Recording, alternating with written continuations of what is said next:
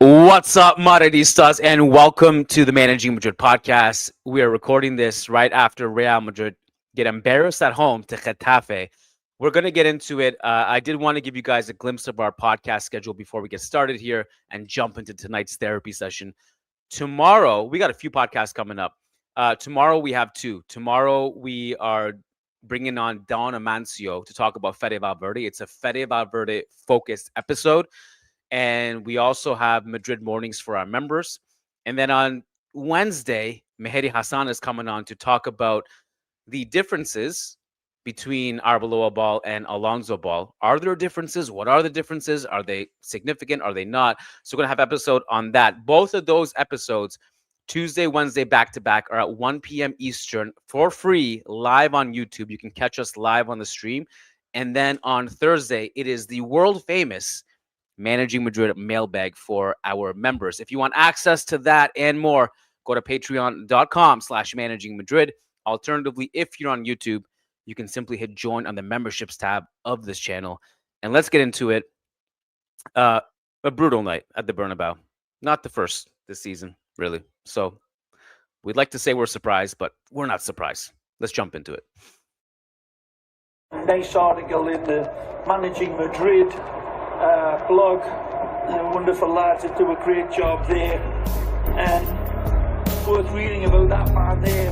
Karim Benzema needs to rest, and the numbers reveal why. Times ended up almost looking like a 6-3-1. Some very good writing about that on the Managing Madrid website.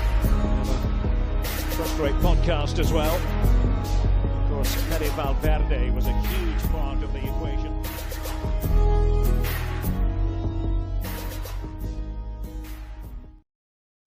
All right, guys, Kiyan Sobhani here to blitz through this one. Honestly, I don't know if I have more energy than 20, 30 minutes to talk about it, but I'll do my best to hit everything I possibly can.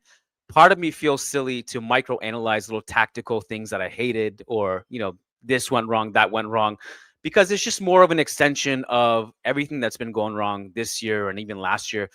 And also, my 6-year-old Arlo is sitting next to me. I can't promise at some point he's not going to crash the podcast. So we'll see how that goes. If he does, we'll have him on. We'll force him to say Hala Madrid, and then we'll wrap it up.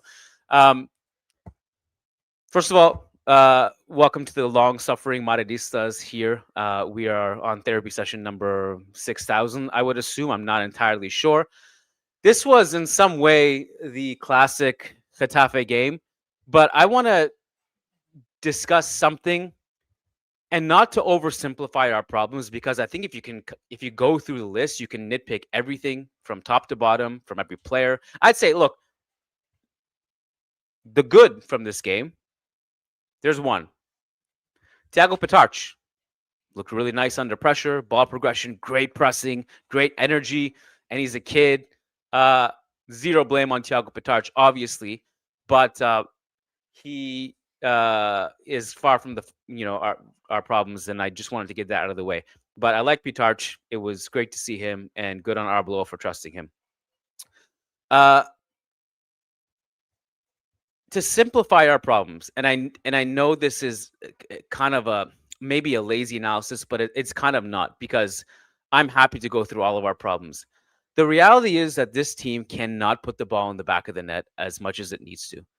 We can talk about defensive issues. We can talk about in the last couple games, especially just going by the two most recent performances, this and Benfica, where the defense was all over the place. One of the most shocking defensive sequences I've seen from any football team, including my pickup game a few days ago, was the goal we conceded against Benfica, where we've broken that down so many times, but that and like just so many weird defensive moments. And in this game, we had players all over the place as well. But the defense today was far from our biggest problem. Getafe didn't do much. They had some transition opportunities, namely in the first half, before they completely regressed in the basically 11-man low block. But in the first half, they were staying compact and trying to get on in transition. And they could have scored more than one, maybe, but their XG was 0.48. The reality is that any team that's semi-good and has like real attacking pieces, aka our next opponent, Manchester City. That's not no, sorry. We have Celta and then City. Oh my god. I just realized Celta and City the same week from hell we had in December, but the inverse. My god. Yeah, and obviously people are worried about City. We can cross that bridge when we get there, but you're right to be concerned about it. But this game should not have ended with 0 goals from Real Madrid. It's inexplicable. It doesn't make sense that we just cannot put the ball in the back of the net. And as Don Amancio put in his article, we are dramatically underperforming our XG. That problem obviously gets compounded when you don't have Kylian Mbappe, the best goal scorer in the world, probably. We had 3, 6, 9, 11, 13, 14, 15, 16, 17, 18. I'm counting manually like an idiot instead of just looking at the total. That many shots. And not enough on target. Vinicius missed a breakaway. Out of all those shots, 1, 2, 3, 4, 5, 6, 7 on target. Our XG, look at this, 2.02 XG. Rudiger misses a 6-yard box header in the 74th minute from that Massantuono header. Then we had, this it didn't show up here, but so Rodrigo heads across goal from the Massantuono cross. Carvajal is here, and he just can't connect to it. That should have been a goal. Rodrigo had another header in the 90th minute. This is, I think, the breakaway that Vinicius couldn't score. And we just had a high volume of chances. And literally, like, how many times did you actually sit there as a Real Madrid fan thinking, oh, I'm confident that this would be a goal? Let me also say this. Do you remember there was a time where if we went down a goal, we actually had confidence that we would come back? Do you remember that? That was about maybe 2 years ago, a little bit less now. Madridistas. I know there's a shitload of people right now live on the stream. Welcome. Just put a number 1 in the chat if you had no confidence in Real Madrid overturning this game. I'm just actually curious to see what your confidence levels were and just to gauge it with mine, because I really just was not moved. There you go. 1, 1, 1, 1, 1. It's a 1 Armageddon in the chat. So, okay. So you feel the same way I did. Look, and I said this on Twitter. The game was lost long before this moment, but I thought the hilarious icing on the cake was taking off Tchouaméni for Brahim Diaz. And again, that's not why we lost, but to me, it's just a very amusing icing on the cake. I really didn't understand it at all. But the context of that, we had gone into a crossing barrage at that point where everyone from Massantuono to Vinny, although you could argue he really could have needed to be way more decisive and make better decisions in this game, and getting those crosses in.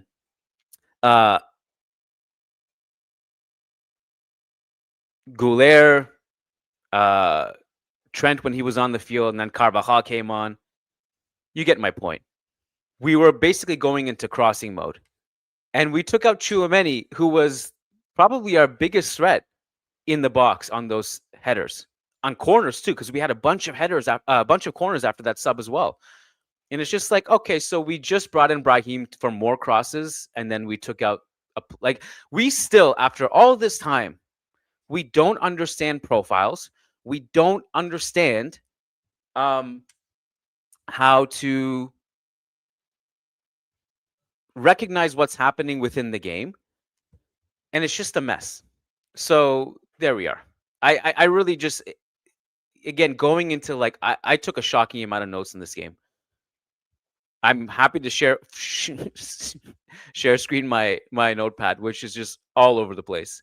But I'm not going to go into it. I just feel like the biggest problem right now that we have, amid all of the problems of not understanding profiles and our defense being all over the place, and obviously the injuries, not having Mbappe and Jude on the field right now, we just cannot put the ball in the back of the net at all to save our life in one of the backbones of Real Madrid's success, especially through the three-peat and all the trophies we won, if you rewind through modern history. We just outperformed our XG over and over again. We scored difficult goals. We generated so much offensive chaos so that we didn't have to nitpick. Oh my God, we conceded a goal from an XGA of 0.4. Getafe scored and won this game 1-0 after I just went through all these stats, offensive numbers, and lack of efficiency. We just can't put the ball in the back of the net consistently, prolifically, reliably, and that problem gets compounded when Mbappe is not on the field. And also the reality is, and this should have been an episode on its own, but we just really didn't have time to throw in an extra episode or to talk about it. But Mbappe is going to be out for a while. There are concerns over his fitness. Will he need surgery? Will he not? Is that exaggerated? Is that not? I'm not entirely sure. The club haven't told me much when I asked them about it. But when he was playing the last few games before he went down injured, it was also very clear that he was playing through pain and not himself. And that's like another really concerning thing that requires its own discussion and its own podcast on its own. Because right now, we can't score. We have no idea when Mbappe is coming back. We have no idea when Bellingham's going to come back. We're about to round out to the apex of the season, where we need everyone firing at all cylinders. We need everyone healthy, and just none of these concerns have gone away. And I just refuse to treat this season as a write-off. It's not a Real Madrid mentality to do that. After all these disastrous moments we've had this season, after all these injuries, after all these poor performances, after firing our manager, bringing in a new one, we still, by some miracle, could have just won today and been within 1 point of this Barca team. And we have a puncher's chance, but we just refuse to make it easy. We just want to make it so difficult on ourselves. And even for Real Madrid, who is a team that thrives on, with the back against their wall to rise, and when everything seems so unlikely to actually turn it around, this team needs to give us signs of life. Because in the past, when that's happened, we've actually been able to at least extrapolate sample sizes of good football and things that are going well for us that we can work on and build on. And we just haven't had enough of that. So, if you're optimistic about City, all power to you. We've been outscored by 18 goals in big games. Look at the math, look at the numbers, look at the sample size. So if you're pessimistic about what's about to be around the corner, you are completely justified in your pessimism. All right, I'm going to take a couple super chats and also look at some post-game quotes if they've come in. If you guys have a super chat, I'll do a super chat segment. And like I said, I'm going to spend some time with my son who's waiting for me to be done. So I'm not going to go too long tonight with this one. Super chat from Mr. Sushi says, we've been spoiled for a decade. It's time to brace for a difficult decade. Stars need to leave.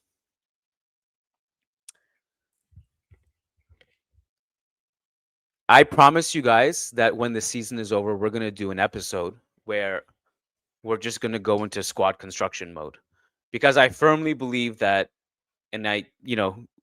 Sushi is alluding to it here, but I firmly believe that we need to make changes to the squad. And in order to bring in the players we need, we have to get rid of a lot of players first. And we need to be a little bit ruthless here. So I promise you, we're going to do an episode probably when the season is over, when we have a little bit more time to focus on it. Quite frankly, it could come even sooner. Depend if the season, not mathematically, but all but mathematically ends sooner rather than later. We could even do that. But just pumping the brakes. But I do feel like this is an important point.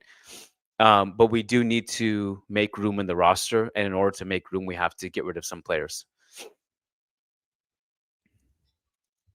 SR7 RMCF says Vinny took on players unnecessarily 10 times. So, Vinny discussion.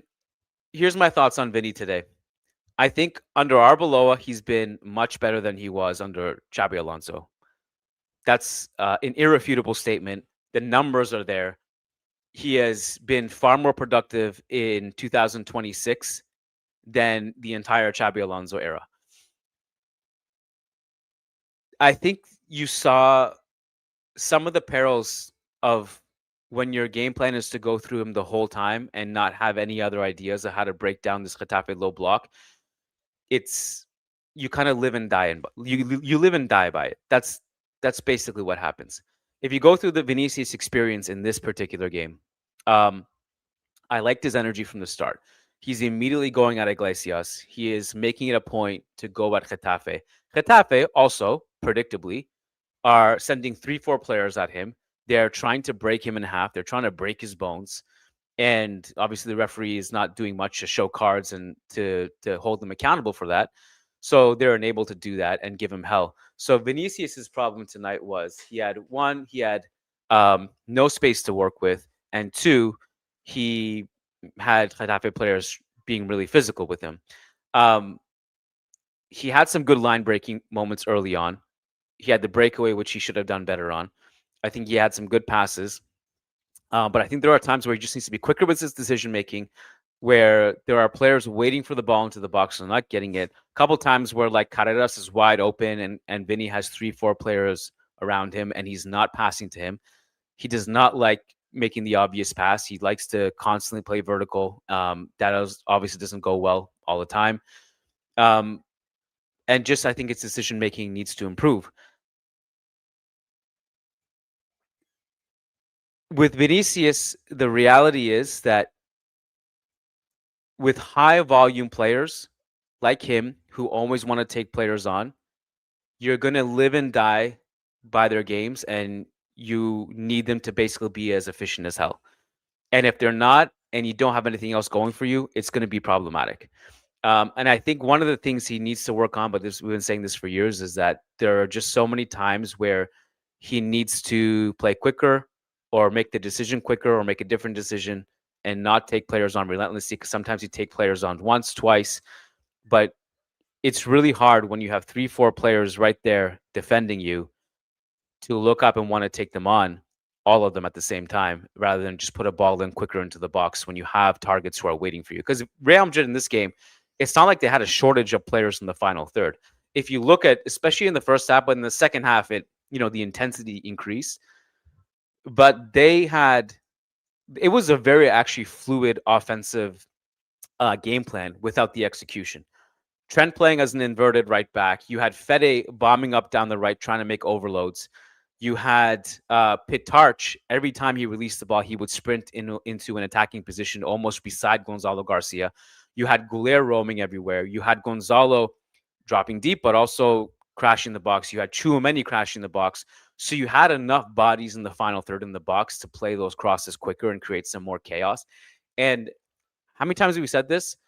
If you're new to the show, you may not have heard it, but if you've been following the show, we've been talking about this for years. The best way to break down a low block, this is empirically backed, this is backed verbally by people like Pep and Zidane, is you need to cross and play quicker and crash the box.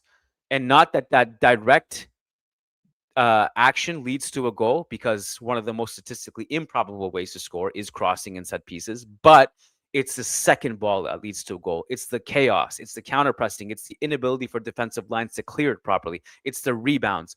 Those are the things that lead to goal. And I think that was what Real Madrid was lacking. And when we started to increase the intensity in the second half, we nearly scored twice. It was the Masantuono cross at Rodrigo. Rodrigo uh, header across the face of goal, and there was another one as well. But um, those are the things that break the low blocks, and if you don't work on those and you don't execute on those, then it's going to be difficult, especially against a team like Getafe, who has zero intention of leaving their box. Ed Sylvester says Franco needs to earn the right to dribble that much. Another poor Franco cameo needs to be said. I think one of the most obvious things that we would say in the squad building podcast is that you need to bring Endrick back. And in order to bring Endrick back, and if you want to bring Nico Paz back, you need to make room by sending Masantuono on loan, probably temporarily, because he's under contract to 2031. So I don't know how much time you're going to buy yourself loaning him out. We've seen that experience before with players like Odegaard and Ashraf, where it's just like year and year after loan. But with Masantuono, he clearly needs to go somewhere and play and get better. It's way too soon for him here, and you need to make room for players like Endrick. Simulated Danger says we need Militao, Jude, Mbappe, spine. Arda should not start if no Mbappe, Franco instead. It's a card of frustration. Alaba must not play again. He's so net negative. But guys, like, I agree. We need Militao back. We need Jude back. We need Mbappe back. Like, how can we just not afford to play Alaba at home? How can we not afford to rotate? Like, we have 5 defenders. Almost none of them are ever healthy. Like, I can't even sit here and blame Alaba, really. I really can't. Having said that, we didn't really discuss it. Look, I'm not saying Alaba is blameless. I'm just saying that, like, we wouldn't be microanalyzing all these little details that, like, oh my God, we can't play Alaba in a game at home against Getafe. And that's the root of our problems. We didn't talk about it, but the goal that Getafe scored from Martin Satriano. By the way, don't ask me what happened, how Masantuono got a red card in the 95th minute. At that point, I had no idea what was going on. I was just preparing for this podcast, so I have to watch that again. I don't know what happened there. But when Martin Satriano scored in the 39th minute, I think, technically speaking, you could go to every goal ever scored in football and say this is how you prevent it. No question. Everything can be prevented technically. I think as far as like goals you can't prevent, this might be pretty high up the list. Having said that, I think if you watch it again, Alaba doesn't need to double up on Rudiger to close that header that Rudiger was already closing. And instead, because he did that, he gave just enough of a window to Satriano to shoot that from distance instead of being able to close him down closely. Madrid 1210 says the board needs to commit and give the next manager full control over the squad building. Otherwise, we won't be able to move on. Thiago was quite decent. Thiago definitely was the bright spot for me in this game. This one we already kind of talked about, but Muhammad says, please, why does Vinny always want to take on 2 players alone? And I think we kind of exhausted that one to death. Doing a quick scan, I want to see what Arbeloa said after the game, if I can find it real quick. I think he had a late start to the press conference because, if I'm not mistaken, he's just coming out now, and we're like 40 minutes after the game. Usually the away coach comes first, so that's understandable. But I would not be surprised if Arbeloa was, for obvious reasons, having a big team talk. Arbeloa quotes, there are 36 points left. We have no other objective than to fight for those 36 points. Nobody is going to throw in the towel. 4 points is a gap we believe we can close. This is Real Madrid, and nobody here is going to give up. This kind of goes back to a point initially that I made at the beginning of the podcast about we just cannot reliably put away our chances.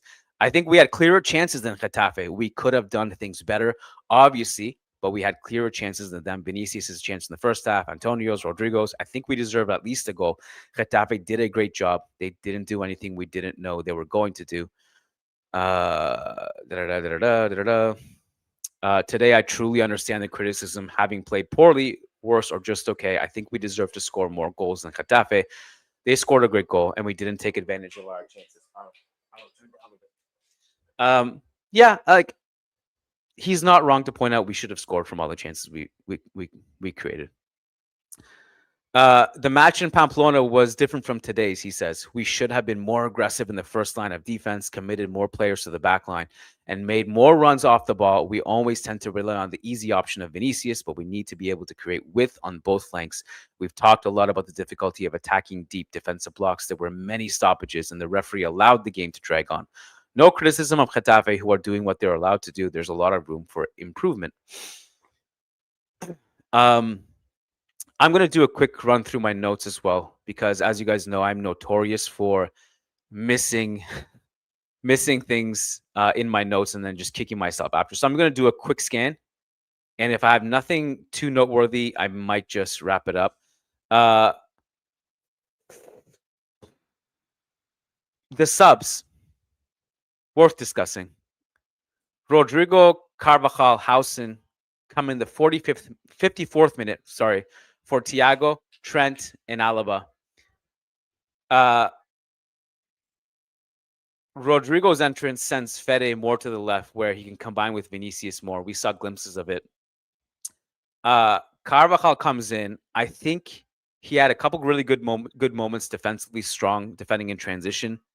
Then he had a chance where I think he should have scored from, at the very least, connected with it. The one where Rodrigo heads it across the face of goal. It's good to see Rodrigo back on the field for what it's worth. You need him, especially given all the injuries, and the alternatives are Franco and Brahim right now. So you need him, and also theoretically he can score and make runs into the box, and he's good off the ball as well. He works hard defensively. It's good to see him back. Hausen, I cannot watch Dean Hausen pass the football anymore. I'm done. I'm done, guys. I just want to kind of fast forward like 10 years down the road, where like Hausen theoretically has polished his passing. His very first touch in the game was a giveaway. Then he had another one, and then he had another one. And all three were just like,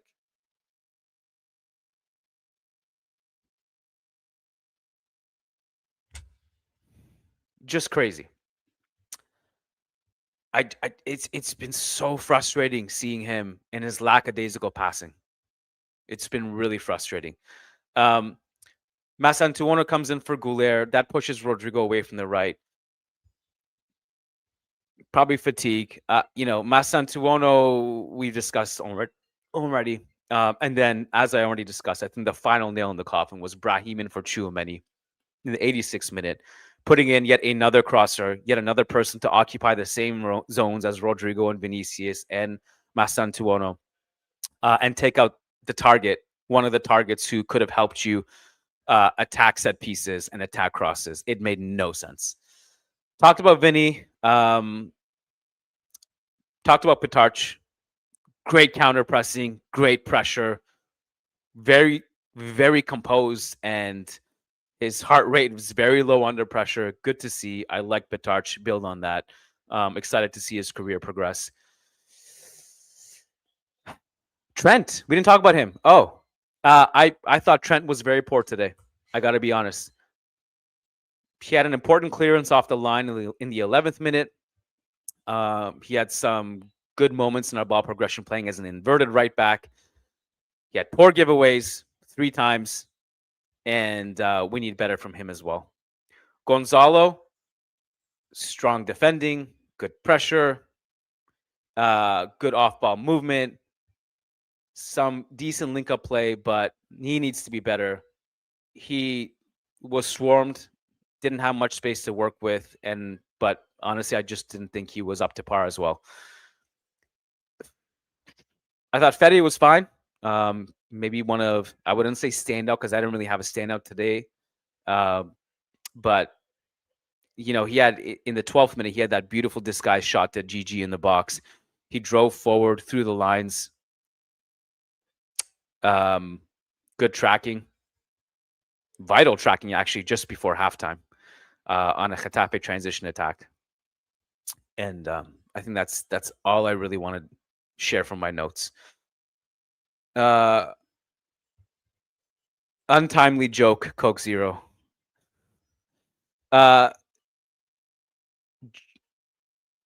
Josias de la Torre says we fell off when they subbed off Pitarch. Felt like when they subbed off Valverde previous game. I wouldn't say subbing off Pitarch was the root of our problems, but based on merit, and certainly I don't know if he didn't look tired to me. I don't think he was one of the guys to take off, especially when we factor in our subs were not exactly lighting it up. Uncle Jyoti, TAA was poor today. We had no better subs. Yeah, I think this came in just before I spoke about how poor he was. And Coke Zero says, can we get a proper 9 already? F me, man. The challenges of getting a proper 9 is that it doesn't, like, you won't really... You have Mbappe, and when he's not playing, which is very rare, like, it's just a very, very difficult niche to fill. And that's the niche that Gonzalo is filling right now, and he's a very promising player, and he needs to continue to develop. But it's one of those difficult roles to find. I always find that the sweet spot with the Real Madrid backup 9 is because it's a if you don't have, like, okay. In many cases in Real Madrid history, we don't really need a specific target number 9 backup, because Benzema, even though he was a link-up striker, could play as a target. Raul was like that too. And you can go down the list. We were lucky enough to not need the Joselu profile. But if you do need that archetype in the squad, it really does. The sweet spot is an experienced veteran who doesn't care about playing time, but can come in and do a job knowing that it's limited time, but also just wants to be a part of something greater at that stage of his career. That's why Joselu was perfect for that. So, yeah, it is a difficult role to fill. All right, guys, I'm going to wrap it up here.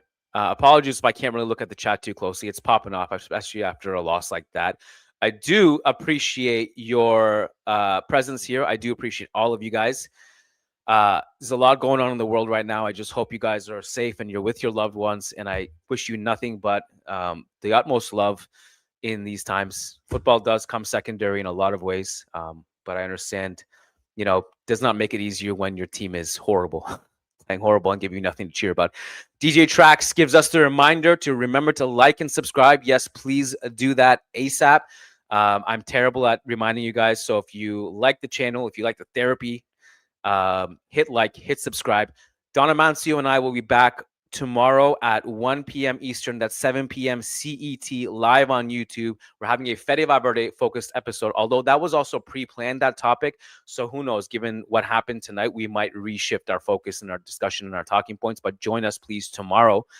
And also make sure to tune in to Lucas's Madrid Mornings over on patreon.com/Managing Madrid. Simply hit also YouTube memberships tab on this channel. It's linked in the show notes. You don't have to sign up to both.